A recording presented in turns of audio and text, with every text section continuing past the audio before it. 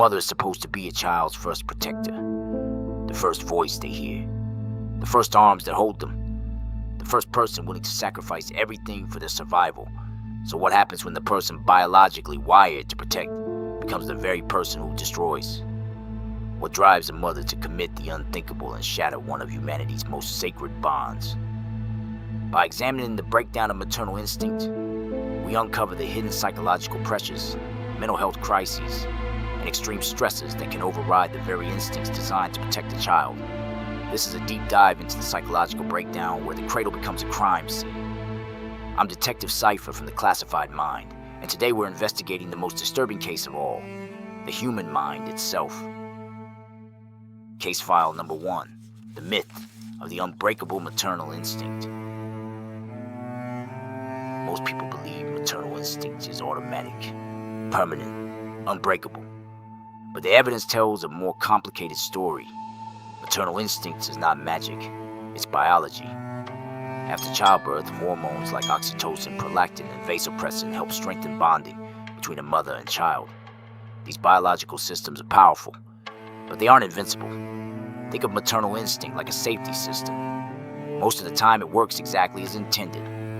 But under enough stress, trauma, illness, or psychological strain, even the strongest systems can begin to fail. Not every mother experiences bonding in the same way. Some bond immediately, others take weeks or months, and for a small number of mothers experiencing severe mental health crises, the brain can begin processing reality differently altogether. Which raises an uncomfortable question. If maternal instinct is one of the strongest forces in human nature, what happens when the mind itself begins to malfunction? The next clue reveals the answer. Case file number 2, when the mind overrides the instinct. One of the biggest misconceptions people have is treating postpartum depression and postpartum psychosis as the same thing. They're not. Postpartum depression can cause sadness, anxiety, exhaustion, guilt, and emotional withdrawal. But postpartum psychosis is something far more dangerous. It can involve hallucinations, delusions, distorted reality. A mother experiencing a psychotic break may genuinely believe something that isn't true. In some documented cases, mothers have believed they were protecting their children from imagined threats, not because they wanted to cause harm, but because their perception of reality had become distorted. That's what makes these cases so frightening. The crisis is often happening inside the mind long before anyone around them realizes something is wrong. And unfortunately, mental illness is rarely the only factor involved. Every investigation benefits from fresh eyes. Before we continue, drop a comment below and tell me what you think is the biggest factor behind these cases. Mental illness, isolation, extreme stress, or something else entirely. Your insight might reveal a clue others have missed. Case file number 3, the pressure cooker. Now imagine placing an already vulnerable mind under enormous pressure. Sleep deprivation, financial stress, relationship problems, isolation, the demands of caring for a newborn. Any one of these challenges can be difficult. Together, they can become overwhelming. Modern parenting often happens in isolation. The support systems that once helped share the burden have become smaller and smaller. Many mothers feel like they're expected to handle everything alone. And when stress builds faster than the relief arrives, the mind begins looking for ways to protect itself. Sometimes those protections become dangerous. Which brings us to the next clue. Case file number 4, the descent into detachment. Most people expect a crisis to be obvious, but emotional detachment often develops quietly. It begins with exhaustion, then numbness, then emotional distance.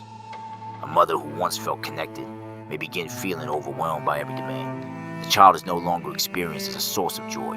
Instead, the brain begins associating the child with stress, pressure, and exhaustion.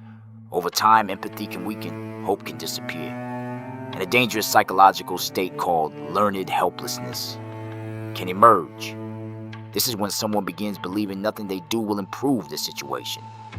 The most troubling part? Many mothers learn to hide these struggles to family, to friends, even to healthcare providers. By the time the warning signs become visible, the crisis may already be well underway. Case file number 5, warning signs, and modern profiling. So what warning signs do investigators and mental health professionals look for? Social withdrawal, hopelessness, extreme emotional numbness, loss of interest in daily life, expressions of feeling trapped, untreated mental illness, a collapsing support system. None of these signs alone predict tragedy, but together they can indicate that someone is approaching a psychological breaking point. The good news? Modern psychology has become much better at identifying risk factors early. The challenge is getting help to the people who need it before the crisis escalates. Because too many mothers suffer in silence, afraid of judgment, afraid of being labeled a bad parent, afraid to ask for help. And silence is often where these tragedies grow. Final report. When we put all the evidence together, the pattern becomes clear. Maternal instinct is powerful, but it isn't indestructible. Mental illness can distort reality. Chronic stress can overwhelm resilience. Isolation can magnify vulnerability. And without support, even strong psychological systems can begin to fail. The lesson from today's investigation isn't that maternal instinct doesn't exist. It's that the human mind is far more fragile and far more complex than most people realize. Understanding that complexity may be the key to preventing future tragedies. Don't let the next case go cold. Subscribe and ring the evidence bell. Before we close today's case file, remember that behind every statistic is a real person carrying a burden that others may never see.